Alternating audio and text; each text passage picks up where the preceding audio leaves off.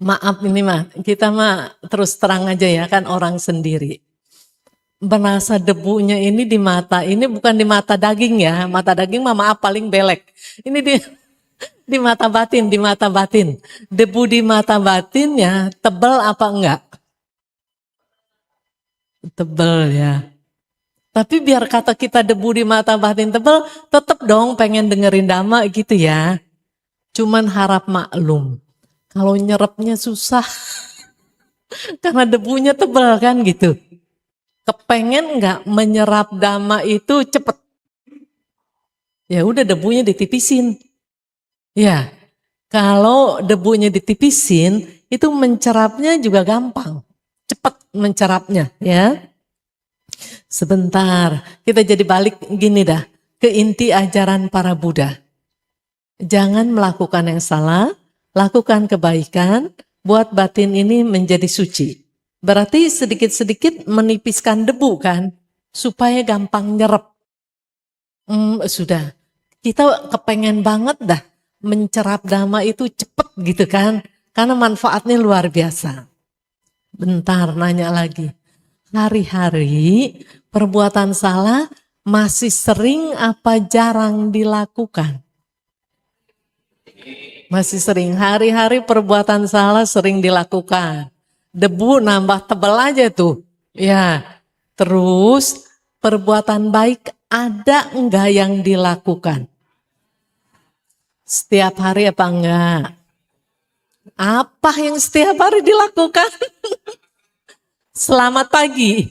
Mengucapkan selamat pagi aja perbuatan baik. Ya senyum. Daripada pagi-pagi udah ngomel. Kan gitu ya.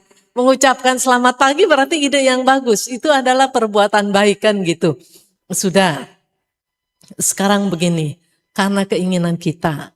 Ingin mencerap dhamma itu cepat. Jadi belajar ngikis kan. Jadi setiap pagi ingat-ingat, setiap mau tidur, setiap bangun tidur. Kalau pagi mah, masa pagi baru tidur itu mah satpam kali ya. Gini ya, setiap bangun tidur ingat, jangan melakukan kesalahan. Ke diri sendiri, ingat ya, jangan melakukan kesalahan, ingat-ingat, lakukan kebaikan, ingat-ingat, batin ini dibikin bersih. Setiap bangun tidur. Terus kalau mau kan aktivitas sehari-hari udah nih dikerjain. Pas mau tidur ingat-ingat lagi. Sama kayak tadi. Ingat-ingat ya, jangan bikin salah, lakukan yang baik buat batin ini menjadi suci. Karena dalam tidur pun tetap aktivitas pikiran itu bekerja. Tetap dalam mimpi aja ada orang yang melakukan kesalahan. Begitu bangun tidur, untung cuman mimpi. Ya, untung cuman mimpi. Tapi kan di pikirannya dia udah kerja. Cuman untuk mimpi, jadi nggak kejadian beneran. Udah. Ada yang dalam mimpi pun karena proses meditasi, melatih kesadaran, dalam mimpi pun itu tetap dalam mimpi melakukan aktivitas dan aktivitas itu dilakukan dengan kesadaran. Jadi dalam mimpi pun kesadaran kerja, pikiran juga kerja. Jadi itu. Ya, selama ini inget-inget enggak kalau bangun tidur jangan bikin salah, lakukan yang baik buat batin ini menjadi bersih, inget enggak? Boro-boro lah, saya tahu yang diingat. Yang diingat mah HP langsung. Ya, bangun tidur HP yang dilihat. Baterainya siapa yang nge-WA? Ya, bener enggak? Ya bener lah. Mau tidur HP juga yang diurus. Boro-boro senyum. Ya, jadi begini. Karena keinginan kita untuk mencerap dhamma sedemikian rupa, jadi kita harus mempunyai tugas atau menugaskan diri sendiri untuk melakukan yang patut dilakukan sesuai keinginan kita agar kekotoran batin ini menipis. Di dalam Samyutta Nikaya bab 1 syair keempat, di sana tertulis sabda Sang Bhagawa, waktu terus berlalu. Bener ya? Tahu-tahu besok, tahu-tahu udah setahun, tahu-tahu udah berapa lama kan cepet. Waktu cepat berlalu. Kemudian ini malam juga terus cepat berganti gitu. Tahapan-tahapan kehidupan, nih tahapan-tahapan kehidupan kita terus berganti. Cepat banget kan? Dulu misalnya ketemu masih balita, ketemu lagi udah remaja, ketemu lagi udah dewasa, ketemu lagi udah pada tua. Ya udah ceritanya cucu udah. Jadi tahapan ke tahapan kehidupan terus berlalu. Ujung-ujungnya mikir enggak sih kematian itu ya nggak jauh gitu kan? Bagi yang tahapan-tahapan kehidupan yang terus berlalu, kematian udah nggak jauh. Bagi orang yang melihat kengerian gitu, bahaya dari kematian, dia tidak akan mengambil umpan dunia. Sekarang saya nanya, para upasaka dan upasika, ngeri nggak? Gini dah gampangnya mah, pada takut mati nggak sih? Ada yang takut mati, ada yang nggak takut mati, ada yang mati aja keburu-buru. Ya, belum waktunya udah lompat duluan dia, kan belum gilirannya. Dia udah lompat duluan kan ya. Ada yang takut, ada yang nggak takut, ada yang keburu-buru. Jadi apapun yang namanya kematian, kenapa suka dibilang mengerikan? Mengerikannya bukan di putus gitu, bukan. Dia habis tarikan nggak menghembuskan lagi atau menghembuskan nggak narik lagi, bukan di situ. Mengerikannya begini, lahir di alam manusia kan kita tahu susah banget lahir di alam manusia. Perumpamaannya masih ingat kan? Yang kayak apa? Kura-kura buta itu yang ada di dasar samudra munculnya 100 tahun sekali ke permukaan. Di permukaan itu ada gelang-gelang rotan. Kalau itu kepalanya masuk ke gelang-gelang rotan, itu kemungkinan makhluk lahir jadi manusia. Ingat, munculnya 100 tahun sekali berarti lama banget. Kemudian kura-kuranya buta. Gelang-gelang rotan mengapung di samudra yang luas, kena ombak, kena apa kan begitu. Nah kalau aja si kura-kuranya melek nih nggak buta, sebelum nyampe permukaan dia cari dulu nih gelang-gelang rotan ada di mana. Berhubung buta nggak bisa nyari. Dia muncul aja, habis itu tenggelam lagi. Kemungkinannya kecil apa besar? Tepatnya mah hampir mustahil ya. Hampir mustahil. Ya. Buat makhluk-makhluk lain mustahil. Buat kita mah berhasil.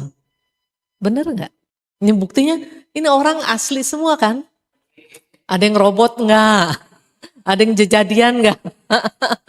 Asli semua, karena robot juga ada yang mirip banget kayak manusia kan sekarang.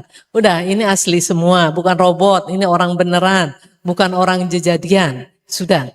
Lahir jadi manusia, mengalami kehidupan manusia, berasa nggak gampang. Ya sulit ya, udah sesulit apapun kita bisa melewati. Satu hal lagi nih, ketemu ajaran benar itu sulit. Kita mau udah ketemu, udah lahir jadi orang, asli ini jadi orang, kemudian kesulitan sebagai manusia dilewati, lalu bertemu dengan ajaran benar lagi. Luar biasa kita. Kalau enggak ada kandungan, topangan karma baik, enggak mungkin kita bisa jadi seperti sekarang ini. Makhluk-makhluk banyak, yang jadi manusia cuma sedikit banget.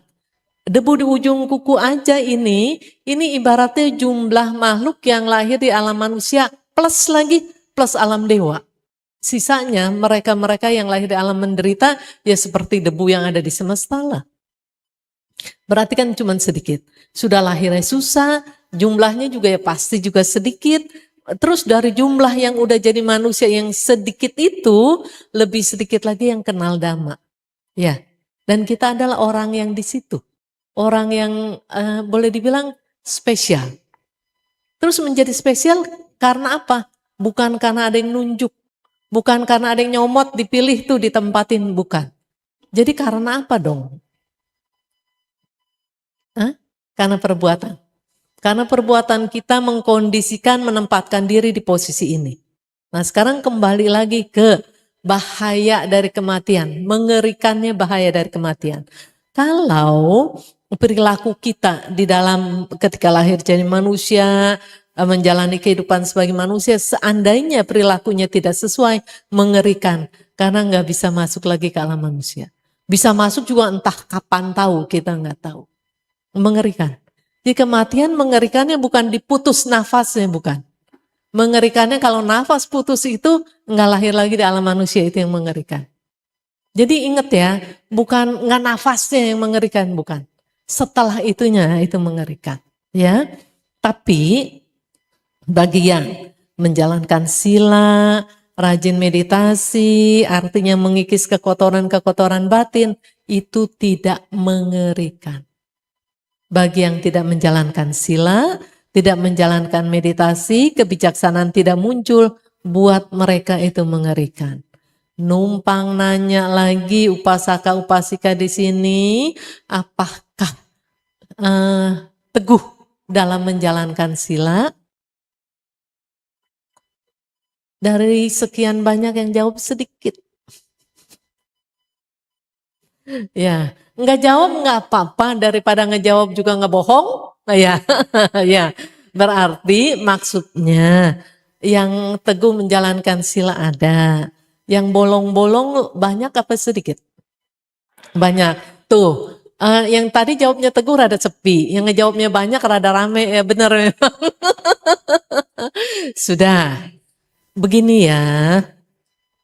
Kalau bolong-bolong menjalankan sila, artinya dengan sengaja tidak membuat perlindungan bagi diri sendiri.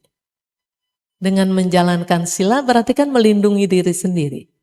Dengan tidak menjalankan sila, artinya dengan sadar, dengan sengaja tidak mau melindungi diri sendiri. Lalu yang bolong-bolong gimana? Sama, ya. Kemudian kalau yang menjalankan sila, artinya dengan sengaja melindungi diri sendiri. Jadi para upasaka upasika mau dengan sengaja melindungi diri atau dengan sengaja tidak melindungi diri. Maunya dengan sengaja melindungi diri. Kalau maunya demikian, kalau tidak dilaksanakan tidak berhasil. Kalau mau dengan sengaja melindungi diri sendiri dan kemudian dilaksanakan, itu berhasil. Jadi mau melindungi diri dengan berhasil, sepi kan? Sepi. Yang jawaban teguh, rada sepi, tapi ada. Yang ngejawab banyak tadi suaranya rame. Yang barusan terakhir hening. Ya. Lagi mengheningkan cipta, merenungi perjalanan yang sudah dilewati. Ternyata ada salah-salah langkah, benar nggak? Sekarang begini, ada peribahasa, waktu menanam pohon yang terbaik adalah 20 tahun yang lalu. Waktu yang terbaik yang kedua adalah sekarang. Kalau yang lalu-lalu dengan sengaja tidak melindungi diri sendiri, tidak menanam pohon perlindungan bagi diri sendiri, waktu yang terbaik adalah sekarang. Waktu terbaik yang kedua adalah sekarang. Untuk dengan sengaja melindungi diri sendiri dengan berhasil, sampai berhasil. Begitu. Ini adalah hak asasi kita. Kemudian kita sendiri yang mesti sadar. Orang lain nyuruh-nyuruh, ngedorong-dorong kita untuk menjalankan sila. Kalau kita nggak mau, tetap nggak bisa. Biar sampai berantem, biar sampai ngusruk, nggak bisa tetap. Jadi mesti ada rasa kepentingan. Ada memahami kenapa menjalankan sila itu artinya melindungi diri sendiri. Kenapa tidak menjalankan sila artinya tidak melindungi diri sendiri. Jadi kita sendiri yang mesti paham. Ya, nah ibu bapak dan saudara-saudara sekalian, sekarang kita beralih ke meditasi. Dengan menjalankan meditasi, meditasi ini sebentar ya, kerjanya, hasilnya, nampaknya enggak cepat, nampaknya saja enggak cepat. Padahal begitu pelaksanaan meditasi dimulai, ini jaringan ini udah mulai bekerja. Tapi jaringan ini bekerja kan jangkauannya luas. Jadi nampaknya kayak nggak ada apa-apanya. Nanti kalau jaringan baiknya udah makin meluas, makin mengakar, baru hasilnya kelihatan. Kelihatan jelas gitu. Jelas dan kuat. Jadi harus menjalankan sila, menjalankan meditasi. Nanti dapatnya apa? Selain perlindungan, selain batinnya dibersihin supaya penglihatan ini jadi jernih, dapatnya ini kebijaksanaan. Banyak orang yang mau kebijaksanaan. Dan harus diketahui kebijaksanaan didapat bukan boleh meminta.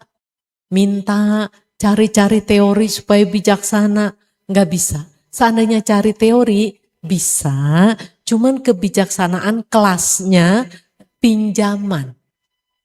Kalau kebijaksanaan yang udah minjem nih secara teori udah kita pelajari, kemudian kita menjalankan sila, menjalankan samadhi, kebijaksanaannya ini kebijaksanaan milik sendiri. Bukan boleh minjem lagi. Kebijaksanaan milik sendiri rasanya beda, manfaatnya juga beda, ya. Nah, untuk itu semua ingat tadi di baris yang terakhir, oleh karena itu gitu ya, bagi mereka yang ngeri ya melihat akibat dari kematian ini, mereka tidak mengambil umpan dunia. Saya harus terus terang bilang, menurut analisa, ibu, bapak, dan saudara-saudara sekalian rajin banget ngambil umpan dunia. Umpan dunia berarti kan berada di dalam dunia kehidupan, berada di dalam samsara. Jadi siapa-siapa yang mengambil umpan dunia awet, di samsaranya itu awet. Umpan dunia itu gampang banget diambil sama kita. Walaupun kita nggak diajak-ajak. Ngelihat orang yang ngomongnya jutek ke orang lain, bukan ke kita. Sebel nggak kita? Kita nggak diajak-ajak ya.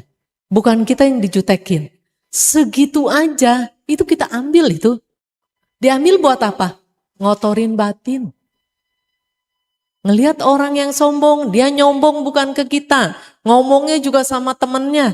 Kita ngedenger aja sebel banget, ngelihatnya sebel banget. Ambil lagi umpan dunia. Rajin banget itu ngotorin batin ya. Bener gak ibu-ibu bapak-bapak pada rajin? Giliran ngotorin batin rajin. Nanya, meditasi malas apa rajin? Malas. Giliran ngotorin batin rajin, ngebersihin batin males. Coba, masuk lagi gak ke alam manusia? Nah tuh, udah jawabannya langsung jelas. Kagak. Ngeri gak? Nah itu mengerikan, akibat kematian itu begitu mengerikannya. Karena setelah itu kagak. Tapi bagi yang mau berubah, mengembalikan ke posisi yang spesial, ke posisi yang beruntung, umpan dunia nggak mau diambil. Kesalahan-kesalahan nggak mau dilakukan, kebaikan-kebaikan yang dilakukan, rajin membersihkan batin. Coba ini, banyak ini pasangan yang cerita, sampai terakhir juga saya dengar cerita. Aduh, pasangannya itu cerewet banget. Cerewetnya itu bukannya cerewet apa, perhatian. Obat jangan lupa diminum. Nggak boleh makan ini, nggak boleh makan itu. Ini pasangannya yang cerewet ini yang si suami. Ke istrinya cerewet banget. Soalnya si suami mah sehat. Bisa jaga diri gitu. Nggak makan yang sembarangan, olahraga rajin. Istrinya mah kali doyan ini, doyan itu kali. Jadi suaminya kasih tahu. Istri bilang, ih kamu cerewet banget gitu. Terus sampai ngeluh, ayah suami saya cerewet banget gitu. Sampai kadang-kadang gimana, bukannya dulu dia yang dirindukan. Kok sekarang sebel banget gitu. Maunya berdua aja. Lah bukannya dulu maunya berdua kan gitu ya. Nah, jadi apa ya, sesuatu yang dulu menyenangkan bisa saja akhirnya berubah. Berubah jadi kesel. Dulu itu diinginkan, sekarang itu bisa dipakai buat ngotorin batin. Apa aja bisa. Dengan sesama pasangan hidup lah, dengan anak lah, dengan mantu lah, dengan mertua lah, dengan ipar, dengan tetangga, dengan teman, dengan bos, dengan bawahan. Pokoknya saking rajinnya nggak boleh meleng. Ada apa yang bisa diambil ya? Kotorin. Ada apa yang bisa diambil ya? Kotorin. Rajin banget bener. Sebetulnya cara hidup kayak gitu, sayang sama diri sendiri apa enggak? Sebetulnya enggak. Tapi kalau ngomong, ya saya kan harus bela diri saya. Saya kan harus jaga diri saya. Itu jaga apa ngotorin? Ngotorin. Jadi pandangan jangan keliru. Jangan belibet gitu. Kalau belibet, jadinya mau melakukan perbuatan salah itu gampang, melakukan perbuatan baik itu susah. Jadi para upasaka dan upasika sekalian, makanya jangan suka bilang gini, saya emang gak ke wihara juga gak apa-apa, yang penting berbuat baik. Berbuat baik mah benar, kalau gak ke wihara kayaknya gak tepat. Karena di wihara ini banyak pelajaran.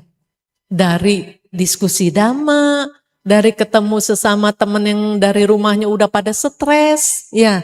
Kan itu juga pelajaran. Gimana belajar jadi sabar, ngadepin orang begini, orang begitu. Kalau di rumah aja pelajarannya kurang. Jadi mesti rajin-rajin ke wihara. Banyak kan, ada orang yang diajak ngomong diem aja. Padahal mau kurang denger. Ya kan, ada orang yang diajak ngomong kok diem aja sih. Ya namanya orang kurang denger gimana ya. Jadi sebetulnya banyak pelajaran. Jadi jangan suka, maaf ya, jangan suka sok-sokan. Nggak ke wihara juga nggak apa-apa. Di rumah pelajaran kurang, di wihara pelajaran banyak.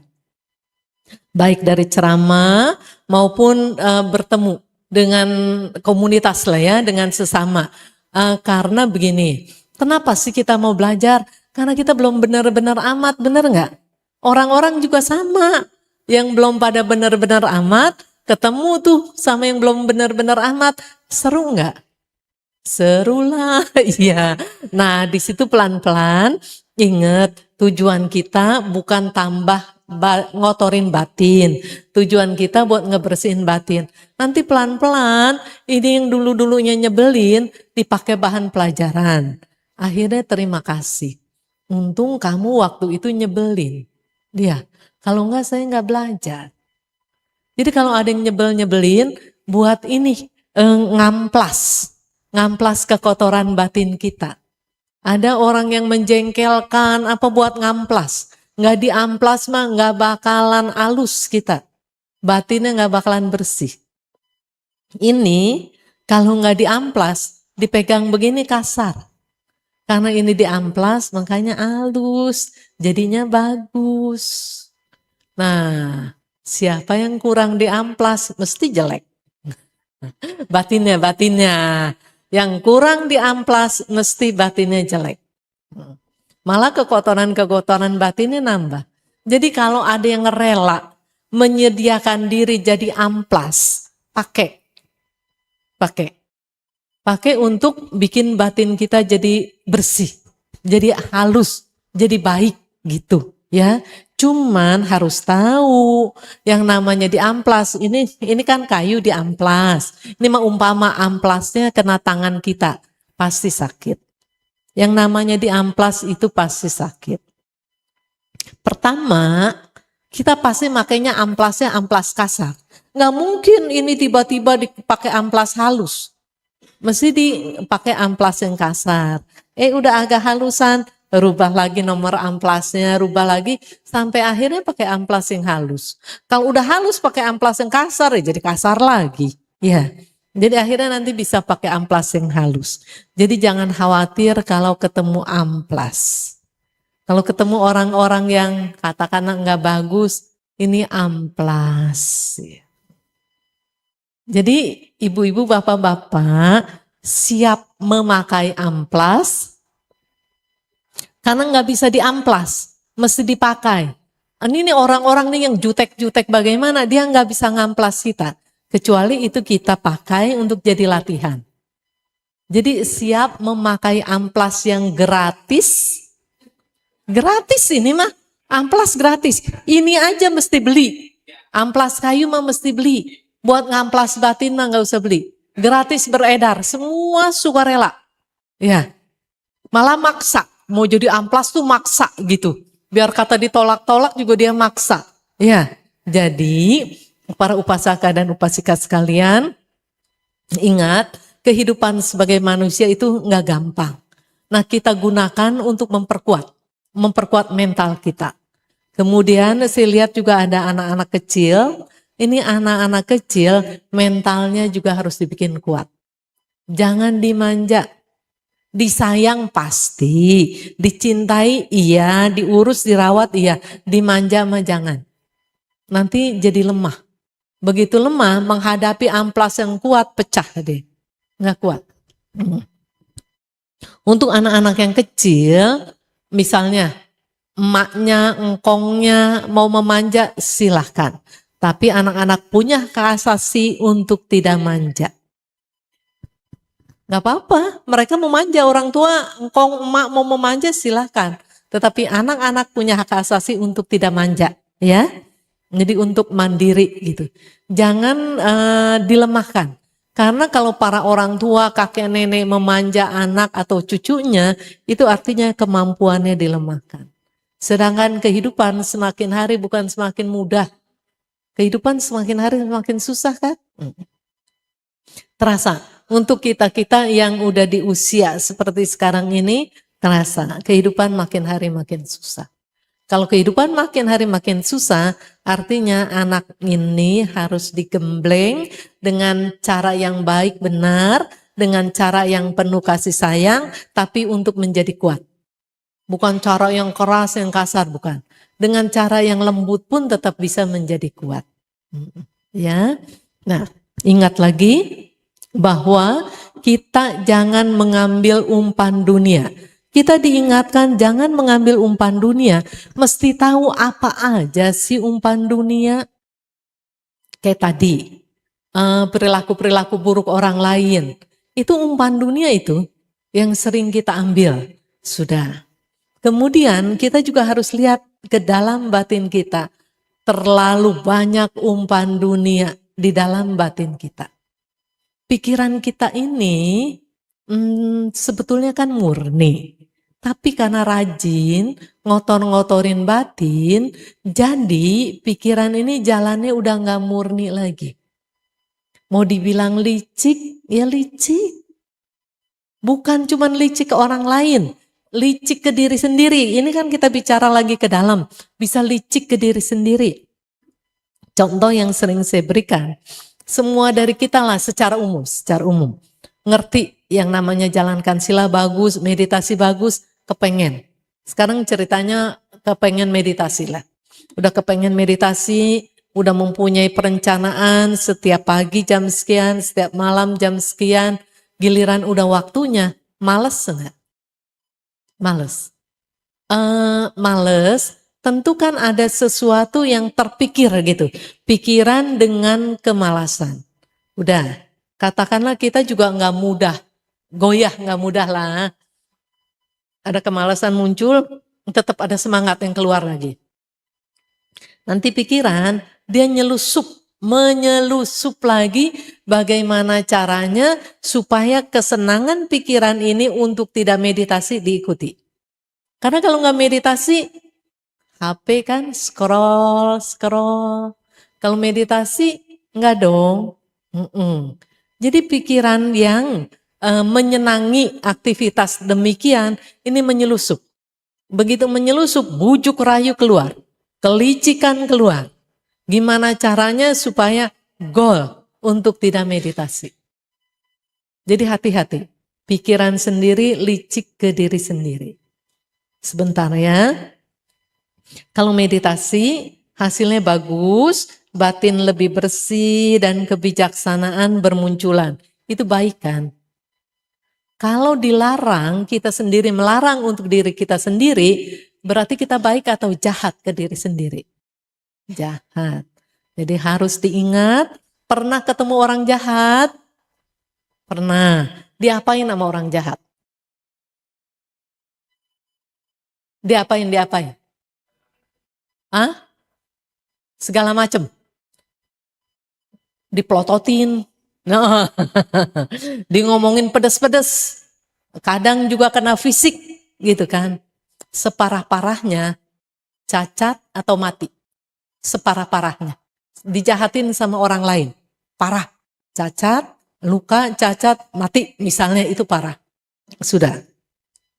Tapi orang yang jahat kayak begitu sampai mematikan sekalipun nggak bisa mengirim kita ke alam menderita. Paling finalnya dimati doang, dicacat gitu. Udah sampai situ. Tapi diri sendiri bisa nggak ngirim ke alam menderita. Jadi sejahat-jahatnya orang lain nggak ada yang lebih jahat dari diri sendiri. Karena diri sendiri bisa ngirim ke alam menderita. Sekarang mereka-mereka yang ada di alam menderita dikirim sama siapa? Sama diri sendiri. Bukan karena sumpah serapah orang lain, bukan. Bukan karena disantet, bukan. Bukan karena diambil sama makhluk dikirim ke alam menderita, bukan. Tapi karena perilakunya sendiri. Maaf numpang nanya lagi, kalau banyak kesalahan-kesalahan yang dilakukan, kira-kira nyampe nggak ke situ? Nyampe. Makanya sudah sejak dahulu kala diingatkan, jangan melakukan perbuatan salah. Itu tuh begitu kita ngedengar, jangan melakukan perbuatan salah. Kita harus paham, Buddha sayang banget sama kita. Jangan melakukan perbuatan salah, artinya jangan masuk ke situ nak, jangan masuk ke situ. Jangan masuk ke alam menderita. Bener nggak Buddha sayang kita? Bukan cuma di lagu anak-anak, bukan. Memang kenyataannya Buddha sayang kita. Kemudian lakukan kebaikan-kebaikan. Jadi sudah, jangan lahir di alam menderita, lahir di alam yang baik-baik, dan kemudian batin bersihkan ya, supaya keluar dari penderitaan, supaya penderitaan padam, keluar dari samsara. Kita makhluk yang udah menempatkan diri di posisi yang spesial, disayang banget sama seorang Tathagata. Berasa nggak kita disayang? Seharusnya kita berasa. Kita teramat sangat disayang. Cuman teramat sangat bandel. Ya, bener nggak? Kita teramat sangat disayang. Cuman giliran sama yang sayang kita bandel. Maaf, sama yang jahat nurut nggak? Nurut lah. Udah nggak usah meditasi, tidur aja. Nurut kan? Nah, sama siapa itu nurutnya? Nah, iya. Cara hidup kita kepelintir nggak? Kepelintir lah. Keliru. Seharusnya nurut sama Buddha, nurutnya sama Mara. Disayang sama Buddha, nggak ngikutin. Dijahatin sama Mara dengan cara yang lihai, ngikut, nurut. Akhirnya ngejeblosin diri. Jadi sebenarnya selama ini kita sayang ke diri sendiri tapi dengan cara yang salah. Sekarang mari kita sayang ke diri sendiri dengan cara yang benar. Ikutin apa yang Buddha ajarkan. Kenapa sih ini ibu-ibu, bapak-bapak nggak mau meditasi? Kenapa? Kenapa? Apa yang ditakutin? Ngejawab aja susah coy. Malu kali ya. Ngejawabnya malu kali. Kenapa? Lagi diapain? Lagi di belakang. Oh, sendiri-sendiri ya. Jawabnya nanti sendiri-sendiri gitu ya. Begini, yang namanya meditasi sebetulnya tidak menyeramkan, tidak menakutkan, sebetulnya itu tidak. Dan nggak ada apa-apa sama meditasi itu, nggak ada apa-apa sama sekali. Cuman pada kenyataannya saat praktek meditasi berasa sakit, berasa susah gitu. Ya, sebentar ya. Tadi saya bilang meditasi itu enggak ada apa-apa. Maksudnya enggak ada susah, enggak ada sakit, enggak ada apa-apa. Tapi kalau pada prakteknya merasakan susah, bukan gara-gara meditasinya, bukan. Ya, misalnya lagi meditasi apa aja sih yang biasanya muncul yang gak enak? Sakit, oke. Yang sakit apa? Kaki, pinggang, punggung, pada pegel gitu ya. Itu mah cuman belum biasa doang. Kalau udah biasa mah nggak kenapa-napa. Jadi kalau mau meditasi nggak kenapa-napa dalam arti kata nggak ketemu pegel, nggak ketemu sakit, kesemutan, tinggal dibiasain doang. Kan gampang kan caranya. Jadi nggak ada yang susah sama meditasi, nggak ada yang susah. Kemudian lagi kalau belum bisa apa tuh? Belum bisa konsentrasi, belum bisa melatih kesadaran, kan namanya lagi belajar. Latih aja terus. Dari nggak bisa lama-lama jadi bisa. Gampang kan meditasi kan? Udah gitu kerjaan meditasi paling enak sedunia. Kerjaan meditasi itu paling enak sedunia. Cuman ngapain? Duduk diam doang. Nah itu dia. Nggak meditasi juga narik nafas. Ya, nggak meditasi juga narik nafas, menghembuskan nafas. Nah, pas meditasi itu nafas yang biasa ditarik, yang biasa dihembuskan, cuman disadari doang dan perhatiannya ke situ. Coba gampang nggak meditasi? Kan begini ceritanya, meditasi duduk, duduk aja, tegak, rileks, kan nyantai kan? Duduk aja tuh tegak, rileks, ada nafas, lagi masuk keluar, ya udah aja sadari itu, perhatian di situ. Coba, susahnya di mana? Nggak ada susah kan? Nggak ada susah. Yang susah masing-masing pada kepinteran. Kepinteran ngapain? Pinter bikin rintangan. Supaya meditasinya nggak pada jadi. Jadi alasan-alasan untuk merintangi sesuatu jalan yang bagus, pada pinter dibikinin alasan. Didukung lagi, sukses pula. Udah, marah yang sukses. Jadi ingat ya, kalau ngedengar cerita orang-orang, meditasi susah, meditasi menyeramkan segala macam, nggak ada cerita itu, nggak ada. Meditasi mah gampang. Kalau nggak gampang mah nggak mungkin. Sampai sekarang tuh udah lebih dari puluhan ribu tahun di pegunungan Himalaya, orang tetap dari generasi ke generasi pada meditasi. Kalau nggak ada manfaatnya nggak mungkin. Cuman mereka-mereka yang udah dari puluhan ribu tahun tidak menemukan jalan seperti apa yang Buddha temukan dan mereka tidak menemukan apa yang Buddha ajarkan. Kalau saja mereka menemukan apa yang Buddha ajarkan, selamat. Selamat kemana? Keluar dari samsara. Penderitaan padam. Ada juga yang, sebentar ya, yang namanya Paceka Buddha. Beliau tidak bertemu dengan ajaran Buddha, tetapi beliau berjuang dan menemukan kebenaran. Gitu. Nah itu jadi. Itu Paceka Buddha. Jadi bukan semua yang gak ketemu Buddha itu artinya gak berhasil, bukan semua. Buktinya kan Paceka Buddha berhasil. Nah sampai sini siapa yang mau bertanya? Sudah 10:30. Mikir dulu. Karena dari tadi banyak banget kan pertanyaan, silahkan ya.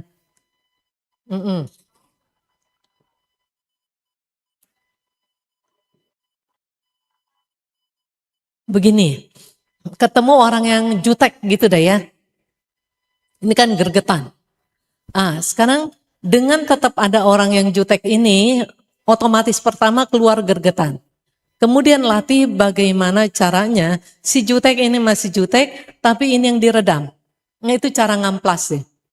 Jadi si jutek masih sedang berlanjut, nah kita ngamplas. Biar menjaga batin kita, Sebentar ya, kalau bukan dengan hasil meditasi gitu aja dulu. Itu ngamplas kerjanya berat. Kalau dengan hasil meditasi, karena di sana ada pemahaman, ada kebijaksanaan bermunculan, itu lebih gampang. Ngamplasnya lebih gampang. Kalau tidak dengan meditasi, bisa, tapi lebih berat. Berdaya upayanya itu berat banget. Makasih pertanyaannya Ibu. Oh, siapa lagi? Kalau enggak kuat, ingat, jangan bilang enggak kuat, bilang belum kuat. Kalau ada lagi yang muncul lagi yang jutek, latih lagi, latih lagi. Kita tidak bergaul dengan orang jutek itu, tetapi kondisi-kondisi itu bisa kita pakai buat latihan. Ya, dah siapa lagi? Silakan Ibu.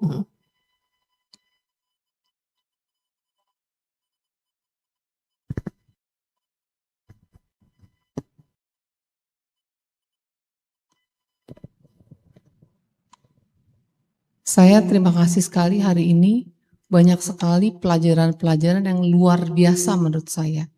Dari yang mengenai amplas, itu kita udah alamin. Terus mengenai jangan mengambil umpan dari orang lain, itu bahkan saya baru ngalamin. Belum lama gitu ya. Jadi Umpannya diambil maksudnya. justru ini saya lagi belajar, cuek aja gitu. Karena kita nggak pernah punya pikiran bahwa ini orang nggak baik gitu ya. Tapi di luar situ ternyata dia membuat sesuatu kayak fitnahan untuk saya. Tapi untungnya saya udah banyak belajar ya. Ya udah biarin aja, kamu aja yang ambil, saya enggak gitu. Nah terus nggak taunya dia tahu-tahu dia WhatsApp lagi ke saya gitu kan. Nah ini saya lagi bingung gini. Saya bagaimana harus bersikap gitu kan. Jadi ada seseorang yang tadinya begitu baik, memberikan arahan, memberikan pengarahan gitu kan untuk mencapai sesuatu, tapi akhirnya ternyata mungkin saya yang lebih disiplin, dia lebih kendor, mungkin dia ada timbul rasa iri atau bagaimana. Akhirnya seseorang ini memfitnah saya kepada ketuanya gitu ya. Terus ketuanya ngomong sama saya, terus saya berpikir saya harus bagaimana lagi nih, karena kan berarti hubungan saya sama dia ini sudah tidak bisa senormal awal. Tapi saya lagi melatih, apalagi ketika seseorang itu, dia itu mulai WhatsApp lagi, seperti tidak ada apa-apa. Nah, di dalam batin saya ini lagi perang. Apakah saya bisa seperti semula lagi? Gitu. Nah, itu saya mau mohon pengarahan dari Ayah. Bagaimana saya bersikap lagi, karena untuk bersikap kayak kemarin lagi, mungkin ada sesuatu yang kalau kita ngomong terluka sedikit ada gitu kan. Tapi bagaimana supaya itu tidak ada apa-apa. Jadi saya berusaha untuk tidak mengambil umpan yang tadi. Ya itu terima kasih. Terima kasih. Sekarang masalah fitnah dulu. Karena orang-orang kalau difitnah itu kan nggak enak ya. Setelah difitnah kan biasanya marah. Ada cerita seorang ibu difitnah, katakanlah sama si A. Terus sampai sewihara ini pokoknya udah pada tahu dah tentang fitnahan itu. Si B nggak tahan, temennya nggak tahan, bilang ke si ibu itu, Bu, Anda difitnah gini sama si A. Sudah. Si A yang memfitnah ini dasarnya tukang fitnah, dia telepon ke si ibu itu, Bu, Anda difitnah gini sama seseorang. Padahal mah dia yang fitnah. Terus si ibu itu kan udah tahu. Terus ibu itu bilang, terima kasih banyak sama orang yang memfitnah. Karena ternyata selama ini saya membawa beban. Membawa beban karma buruk. Membawa beban karma buruk di mana dulu saya pernah memfitnah orang, terus kan dibawa-bawa terus. Nah ternyata sekarang beban itu udah ada yang mau ngambil. Terima kasih sama yang mau ngambil beban saya. Dia bilang ban-ban kamsya katanya. Ban-ban kamsya, bukan ban-ban mobil. Sudah. Itu menurut pandangan si ibu. Akhirnya si A ini tutup telepon karena dia malu. Sudah. menurut hukum karma sebetulnya bukannya diambil. Emang udah waktunya berbuah, ada orang apes banget memposisikan diri jadi tukang fitnah kan begitu. Sudah. Nah sekarang mengenai nggak bisa senormal dulu lagi persahabatan. Dan itu sangat wajar. Cuman kalau dasarnya sakit hati itu salah. Karena terluka. Tapi kalau dasarnya, oh selama ini saya nggak tahu, saya pikir kamu orang baik, ternyata kamu nggak baik, ya terpaksa ya kita udah bukan, udah levelnya udah beda lah gitu. Atau arenanya udah beda. Saya pikir kamu baik, ternyata kamu nggak baik. Nah kemudian kita nggak seperti dulu lagi, itu sangat wajar. Dan itu tidak melukai. Tapi kalau sambil agak terluka, itu melukai. Dan itu ada mengotori dan menyakiti batin. Tapi kalau dengan, oh selama ini saya pikir kamu baik, ternyata kamu nggak baik, udahan ya, gitu, goodbye, gitu. Itu nggak masalah. Kalau ketemu say hello apa ya nggak apa-apa. Terus kalau dia WhatsApp, ya jawabin aja sewajarnya. Sewajarnya aja, tetapi tetap ada batasan gitu. Karena kan kita diingatkan jangan bergaul dengan orang yang tidak bijaksana. Gitu ya. Terima kasih. Siapa lagi? Ini baru ibu-ibu, mana bapak? Bapak-bapak, ayo. Ya. Saya mau nama budaya Wandami Ayah. Saya mau bertanya, yang tadi Ayah babarkan dhamma. Samsara atau dunia ini kan penuh dengan pancingan kan. Tapi dari yang tidak ada nilai, maksud tidak ada harganya sampai dengan ada harganya. Kenapa kita terpancing? Dari yang tidak ada harganya sampai dengan ada harganya. Nah, kasih contoh yang ada harganya, apa yang tidak ada harganya, apa misalnya? Yang tadi kan awal kan Ayah kan bilang tidak ada harganya kan. Ya, kayak ngegosip, terus kita ikut campur, atau jadi timbul kecewa, benci, kena di batin. Nah terusnya, yang ada harganya, ya seperti di luar sana lah beli ini kan perlu biaya ya kan. Ada harganya kan. Nah, itu terpancing kita. Yang tidak sebetulnya tidak dibutuhkan, tapi kita membeli untuk pamer segala macam, kepancing kan. Nah tapi Sang Buddha berkorban tidak memakai biaya. Sang Buddha berkorban menyiksa diri 6 tahun. Enggak menyiksa diri, enak ya, maksudnya aja. awal. Enggak. Bertapa, bukan menyiksa diri. Berjuang, cuman Berjuang. Orang menilai menyiksa diri. Oke. 6 tahun berjuang. Dan itu bukan Sang Buddha, itu Pangeran Siddhartha. Ya, Pangeran Siddhartha. Ya. Setelah mencapai penerangan sempurna, Pangeran Siddhartha menjadi guru agung kita, Sang Buddha kan. Itu tak ada biaya. Nggak ada biaya. Nah sebabnya kenapa rumah tangga atau yang lainnya mau terpancing dengan biaya, tapi kita salah gitu. Nah sebabnya apa? Terima kasih Ayah. Sebabnya karena di dalam batin ini ada loba, dosa, moha yang sudah mengakar kuat banget. Yaitu ada kebodohan, ada kebencian, ada keserakahan. Jadi karena bodoh ya jelas-jelas banyak ketidaktahuan kan. Karena awija ya moha, karena moha ya awija kan. Ya karena itu. Oleh karena itu kita mencari tahu. Mencari tahu seperti apa yang sudah Buddha jalankan, berhasil, dan para siswanya juga, siswa-siswinya menjalankan apa yang beliau ajarkan dan berhasil. Sekarang kita mencari tahu jejak itu. Kita belajar, mencari tahu, belajar, berusaha memahami dan menjalankannya. Pasti berhasil. Terlepas dari itu perumah tangga ataupun anggota sangga. Terima kasih Ayah. Terima kasih. Siapa lagi? Tadi yang yang menarik itu tidak pakai biaya. Betul tidak pakai biaya. Cuman ada harga yang harus dibayar. Harga bayarnya dengan apa? Bayarnya enak lagi. Bayarnya cuma dengan melepas yang jelek-jelek. Enak kan? Coba, mana ada ruginya? Enggak ada ruginya. Di jalan dhamma enggak ada ruginya. Ngelepasnya apa bayarnya? Bayar dengan melepas yang jelek-jelek. Enak banget. Yang dilepas yang jelek, dapatnya penderitaan padam. Coba jalan di mana selain jalan dhamma? Ya? Selain jalan yang Buddha tunjukkan, ada nggak jalan yang seperti ini? Nggak ada. Makanya berkah. Berkah banget kita ini lahir jadi manusia dan ketemu dhamma, berkah. Jadi siapa lagi yang suka ngambil umpan dunia? Banyak lah. Apa aja. Ngelihat semut aja bisa ngambil umpan dunia kok. Hawa panas, dingin, gerah. Bisa. Hujan bisa.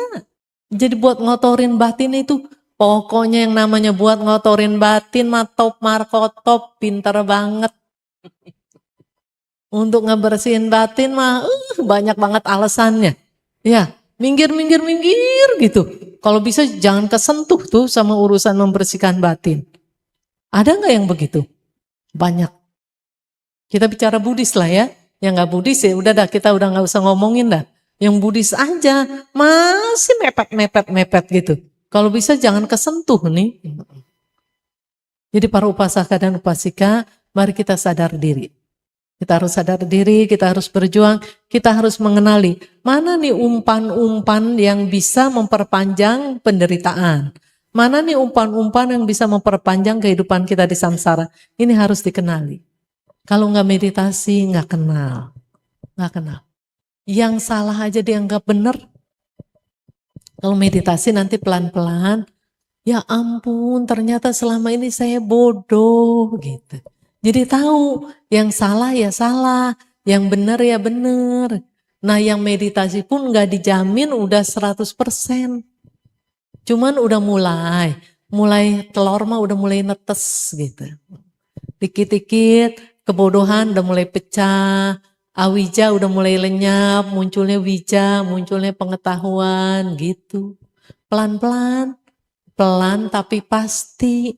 Tapi jangan terlalu pelan, ya. Ntar udah waktunya putus, harus pindah alam, belum nyampe. Jangan kepelanan ya, gitu. Siapa lagi yang mau bertanya?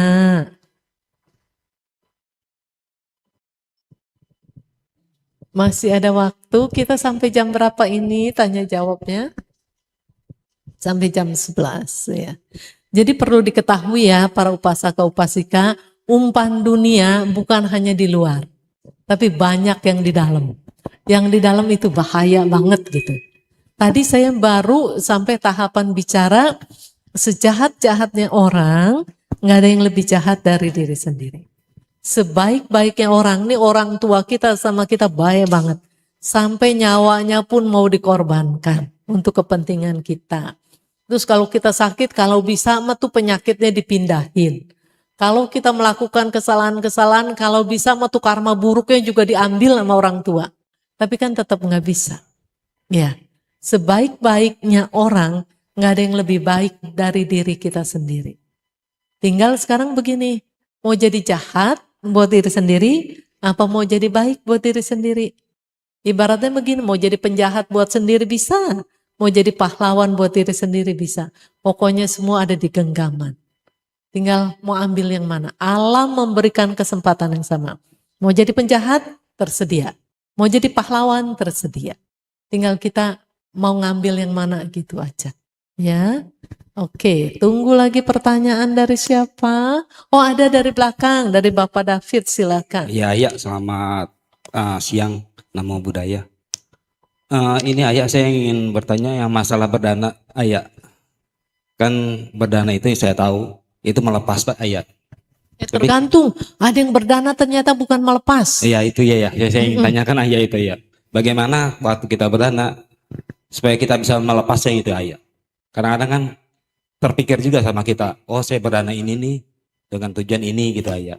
Apakah hal-hal itu masih diperbolehkan Ayah? Begini. Kalau berdana dengan tujuan, saya berdana dengan tujuan membantu. Misalnya umat, saya berdana ke anggota sangka dengan tujuan untuk menyokong kehidupan beliau. Itu nggak apa-apa, ada tujuan. Tapi, nah sebentar, jujur nih jawab. Ada biku yang paling senior duduk di sebelah sana, yang paling junior di sebelah sini, gitu kan? Giliran dana, antrian yang paling panjang yang mana? Kenapa? Karena berkahnya paling gede. Ada yang kalau kau yang paling senior nanti buah karmanya juga besar. Berarti itu dana bukan sebentar ya. Ini ada aktivitas memberi. Ada aktivitas memberi, ada juga yang beraktivitas menerima. Karena punya pengetahuan kalau dana ke yang senior yang menurut logika. Silanya lebih bagus, pengetahuannya lebih banyak, tentu ladangnya lebih subur kan, menurut logika. Jadi supaya dapat buah yang lebih besar lagi, panjang antrian di sono, antrian di sini sepi. Benar ya, itu mah kenyataan ya. Ya, artinya itu juga bukan berdana ke anggota sangka. Cuman melihat peluang, memanfaatkan kondisi anggota sangha yang senior ini yang menurut logika silanya udah lebih baik, kebijaksanaannya juga udah lebih tinggi begitu. Nah, peluang ini diambil. Sebetulnya dana ke anggota sangha tersebut atau cuman mau ngambil untung doang? Ngambil untung. Nah, kalau itu bukan menyokong. Itu juga bukan berdana sebetulnya. Itu mah kayak orang jual beli. Kayak orang jual beli. Nah, jual ini dapat apa gitu.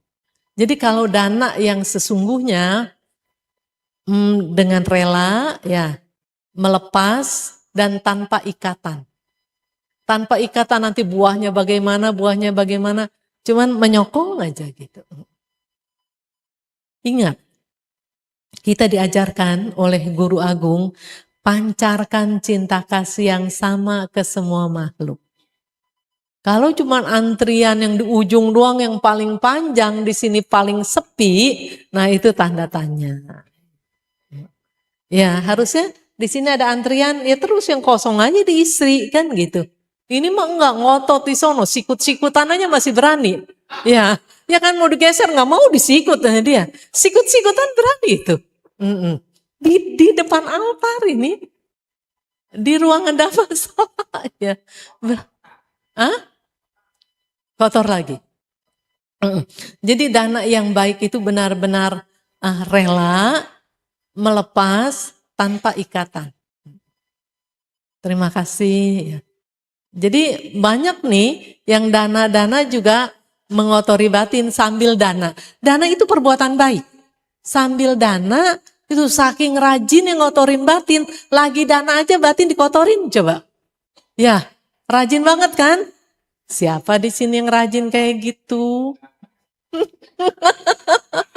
Enggak ada yang ngaku.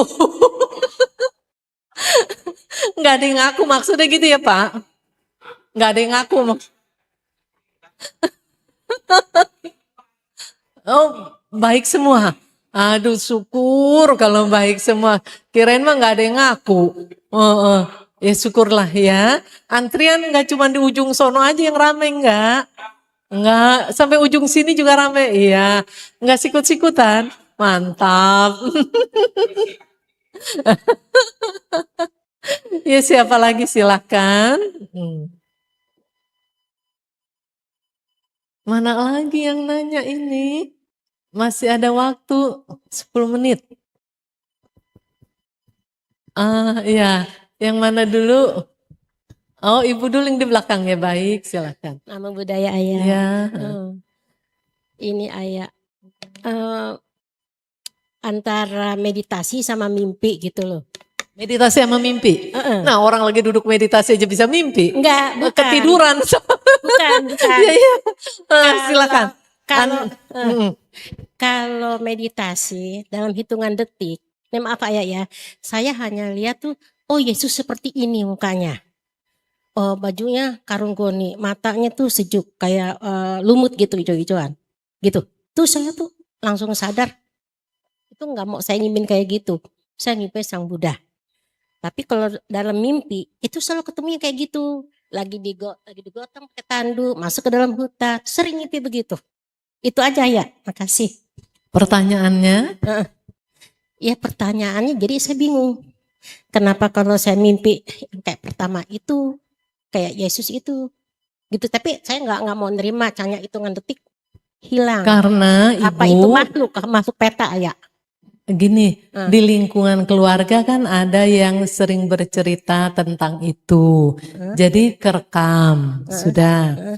Kemudian Ibu di dalam batin, saya mau Buddha, gitu kan? Nah itu menunjukkan walaupun bagaimana keteguhan hati itu kuat. Dan keteguhan itu terus mesti ditingkatkan. Keyakinannya itu terus mesti ditingkatkan. Dan di sejarah tertulis bahwa Yesus pun, beliau pun katanya belajar agama Buddha. Jadi ya sudah, kita langsung aja kepada Buddha kan, kepada gurunya beliau juga kan. Iya. Ya, terima kasih ya Bu pertanyaannya. Ya, Kasih ya. makasih. Ya. Silakan. Ya, Mbak.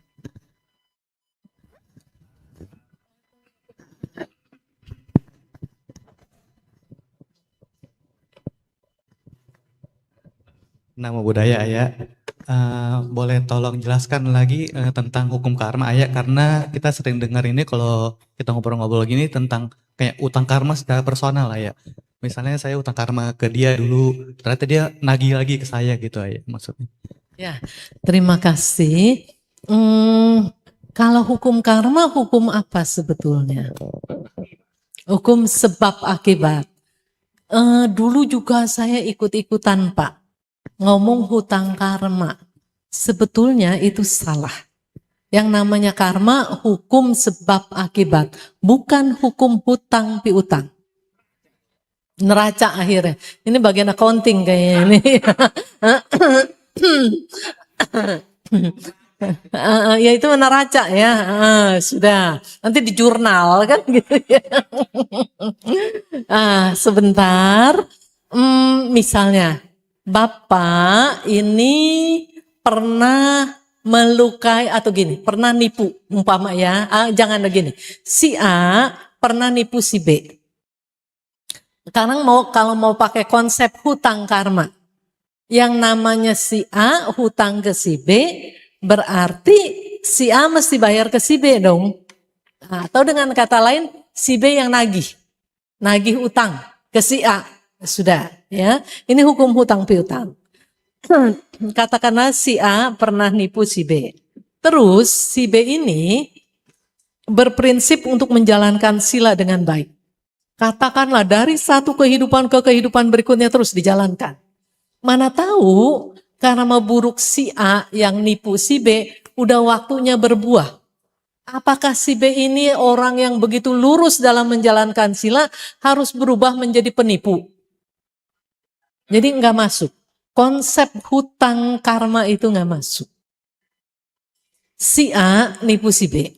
Si B lurus dalam setiap perjalanan kehidupannya, memperkuat silanya dan bahkan semakin luhur. Ya, kehidupannya semakin luhur. Kemudian, udah waktunya karma si A ini berbuah, ya ada orang lain yang menempatkan diri di posisi penipu. Ada orang lain yang menempatkan diri di posisi yang memfitnah, kan begitu. Ya, jadi bukan harus orang yang sama, karena ini sebab dan akibat. Misalnya, seluruh dunia ini di muka bumi ini nggak ada penipu misalnya. Tapi si A ini karmanya udah mesti berbuah. Bisa aja dia tetap kehilangan. Dengan cara lupa naruh lah, di kendaraan ketinggalan lah, kebuang ke tong sampah lah. Kalau di kendaraan mungkin masih bisa pulang. Kalau kebuang ke tong sampah, kekerup, masuk TPA, kebakar ya udah habis. Jadi selalu ada cara. Alam ada caranya sendiri, ya. Ya, jadi ingat-ingat jangan berpikir hutang karma. Efek dari pemikiran hutang karma ini buruk sekali. Misalnya begini. si A punya anak. Anaknya ini perilakunya ngerongrong gitu ya. Bikin susah terus. Akhirnya udah dinasehatin dengan berbagai cara, udah disembur juga kali. Dinasehatin dengan berbagai cara, masih nggak berubah-berubah. Akhirnya suka ada orang yang bilang, udah ini mah memang kamu hutang karma, kamu memang mesti bayar karma. Nggak ada daya upaya lanjutan itu. Jadi dibiarkan aja. Dibiarkan si anak yang rusak ya rusak. Karena orang tua merasa ya udah ini mah hutang karma. Apa maunya si anak yang rusak diikutin aja. Rusak akhirnya. Orang tuanya rusak, anaknya juga rusak. Karena konsep yang salah.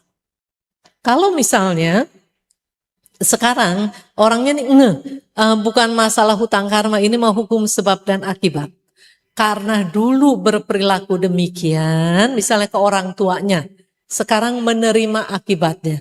Menerima tapi dengan berpikir bahwa tidak boleh membuat hal yang sama lagi. Sudah untuk ke dirinya sendiri. Karena cintanya kepada anak, nih anak nih lagi berperilaku buruk, tetap diupayakan, diberikan nasihat, diarahkan agar tidak memperburuk keadaan. Jadi efeknya positif. Ya, putus mata rantainya di situ.